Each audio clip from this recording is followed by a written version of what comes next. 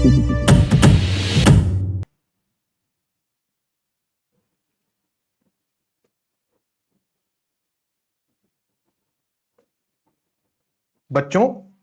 शेर तो शायद तुमने न देखा हो, लेकिन उसका नाम तो सुना ही होगा। शायद उसकी तस्वीर देखी हो और उसका हाल भी पढ़ा हो। शेर अक्सर जंगलों और कछारों में रहता है। कभी कभी वह उन जंगलों के आसपास के गांव में आ जाता है और आदमी और जानवरों को उठा ले जाता है। कभी कभी उन जानवरों को मारकर खा जाता है जो जंगलों में चरने जाया करते हैं।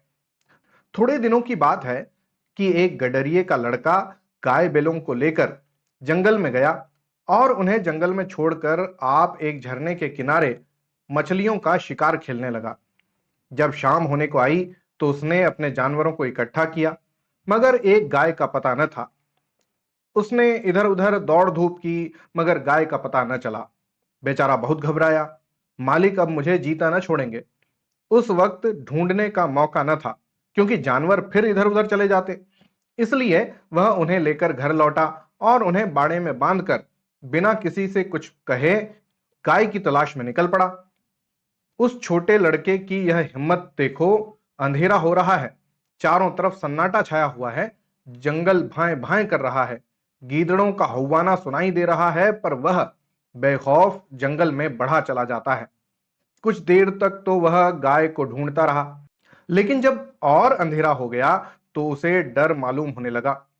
जंगल में अच्छे अच्छे आदमी डर जाते हैं, उस छोटे से बच्चे का कहना ही क्या। मगर जाए कहां। जब कुछ न सूझी तो एक ऊंचे पेड़ पर चढ़ गया और उसी पर रात काटने की ठान ली। उसने पक्का इरादा कर लिया था कि बगैर गाय को लिए घर न लौटूंगा। दिन भर का थका मांदा तो था, उसे जल्दी नींद आ गई। नींद चारपाई और बिछावन नहीं ढूंढती। अचानक पेड़ इतनी जोर से हिलने लगा कि उसकी नींद खुल गई। वह गिरते गिरते बच गया। सोचने लगा, पेड़ कौन हिला रहा है। आंखें मलकर नीचे की तरफ देखा तो उसके रोए खड़े हो गए। एक शेर पेड़ के नीचे खड़ा उसकी तरफ ललचाई हुई आंखों से ताक रहा था। उसकी जान सूख गई। वह दोनों हाथों से डाल से चिमट गया। नींद भाग गई। कई घंटे गुजर गए, पर शेर वहां से जरा भी न हिला। वह बार बार गुर्राता और उछल उछल कर लड़के को पकड़ने की कोशिश करता। कभी कभी तो वह इतने नजदीक आ जाता कि लड़का जोर से चिल्ला उठता। रात ज्यों त्यों करके कटी। सवेरा हुआ। लड़के को कुछ भरोसा हुआ कि शायद शेर उसे छोड़कर चला जाए, मगर शेर ने हिलने का नाम तक न लिया। सारे दिन वह उसी पेड़ के नीचे बैठा रहा। शिकार सामने देखकर वह कहां जाता। पेड़ पर बैठे बैठे लड़के की देह अकड़ गई थी। भूख के मारे बुरा हाल था, मगर शेर था कि वहां से जौ भर भी न हटता था। उस जगह से थोड़ी दूर पर एक झरना था। शेर कभी कभी उस तरफ ताकने लगता था। लड़के ने सोचा कि शेर प्यासा है। उसे कुछ आस बंधी कि ज्यों ही वह पानी पीने जाएगा, मैं भी यहां से खिसक चलूंगा। आखिर शेर उधर चला। लड़का पेड़ से उतरने की फिक्र कर ही रहा था कि शेर पानी पीकर लौट आया। शायद उसने भी लड़के का मतलब समझ लिया था। वह आते ही इतने जोर से चिल्लाया और ऐसा उछला कि लड़के के हाथ पांव ढीले पड़ गए, जैसे वह नीचे गिरा जा रहा हो। मालूम होता था हाथ पांव पेट में घुसे जा रहे हैं। ज्यों त्यों करके वह दिन भी बीत गया। ज्यों ज्यों रात होती जाती थी, शेर की भूख भी तेज होती जाती थी। शायद उसे यह सोच सोचकर गुस्सा आ रहा था कि खाने की चीज सामने रखी है और मैं 2 दिन से भूखा बैठा हूं। क्या आज भी एकादशी रहेगी। वह रात भी उसे ताकते ही बीत गई। तीसरा दिन भी निकल आया। मारे भूख के उसकी आंखों में तितलियां सी उड़ने लगीं। डाल पर बैठना भी उसे मुश्किल मालूम होता था। कभी कभी तो उसके जी में आता था कि शेर मुझे पकड़ ले और खा जाए। उसने हाथ जोड़कर ईश्वर से विनय की, भगवान, क्या तुम मुझ गरीब पर दया न करोगे। शेर को भी थकावट मालूम हो रही थी। बैठे बैठे उसका जी उब गया। वह चाहता था किसी तरह जल्दी से शिकार मिल जाए। लड़के ने इधर उधर बहुत निगाहें दौड़ाई कि कोई नजर आ जाए, मगर कोई नजर न आया। तब वह चिल्ला चिल्ला कर रोने लगा, मगर वहां उसका रोना कौन सुनता था। आखिर उसे एक तदबीर सूझी। वह पेड़ की फुनगी पर चढ़ गया और अपनी धोती खोलकर उसे हवा में उड़ाने लगा। कि शायद किसी शिकारी की नजर पड़ जाए। एकाएक वह खुशी से उछल पड़ा। उसकी सारी भूख, सारी कमजोरी गायब हो गई। कई आदमी झरने के पास खड़े उस उड़ती हुई झंडी को देख रहे थे। शायद उन्हें अचंभा हो रहा था कि जंगल के इस पेड़ पर झंडी कहां से आई। लड़के ने उन आदमियों को गिना, 1, 2, 3, 4। जिस पेड़ पर लड़का बैठा था वहां की जमीन कुछ नीची थी। उसे ख्याल आया कि अगर वे लोग मुझे देख भी लें तो उनको यह कैसे मालूम होगा कि इसके नीचे 3 दिन का भूखा शेर बैठा हुआ है।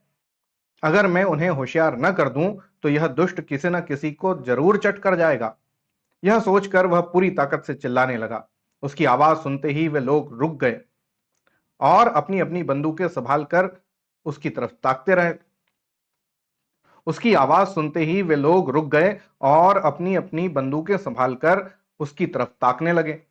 लड़के ने चिल्लाकर कहा, होशियार रहो, होशियार रहो, इस पेड़ के नीचे एक शेर बैठा हुआ है।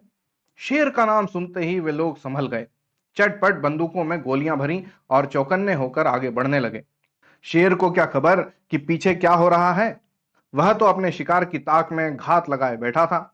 यकायक पैरों की आहट पाते ही वह चौंक उठा और उन चारों आदमियों को एक टोले की आड़ में देखा। फिर क्या कहना था, उसे मुंह मांगी मुराद मिली।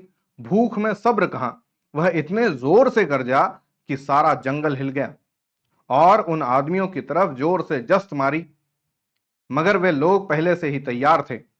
चारों ने एक साथ गोली चलाई। दन दन दन दन आवाज हुई। चिड़ियां पेड़ों से उड़ उड़कर भागने लगीं। लड़के ने नीचे देखा, शेर जमीन पर गिर पड़ा था। वह एक बार फिर उछला और फिर गिर पड़ा।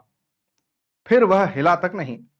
लड़के की खुशी का क्या पूछना, भूख प्यास का नाम तक न था। चटपट पेड़ से उतरा तो देखा सामने उसका मालिक खड़ा है। वह रोता हुआ उसके पैरों पर गिर पड़ा।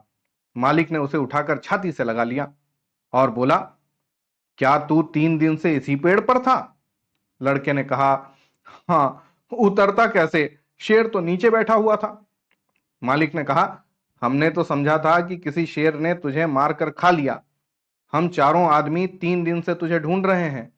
तूने हमसे कहा तक नहीं और निकल खड़ा हुआ। लड़का बोला, मैं डरता था, गाय जो खोई थी।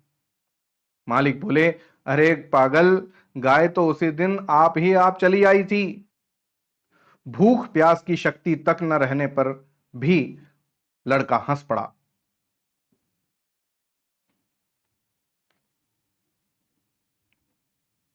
तो ये थी छोटी सी कहानी प्रेमचंद की। देखिए ना, किस तरह से वे शेर को भी जागृत कर देते हैं, जीवित कर देते हैं, जीवंत कर देते हैं। हम उस भय को, उस आक्रामकता को यहां बैठे बैठे महसूस कर सकते हैं। यही तो लेखनी का कमाल है।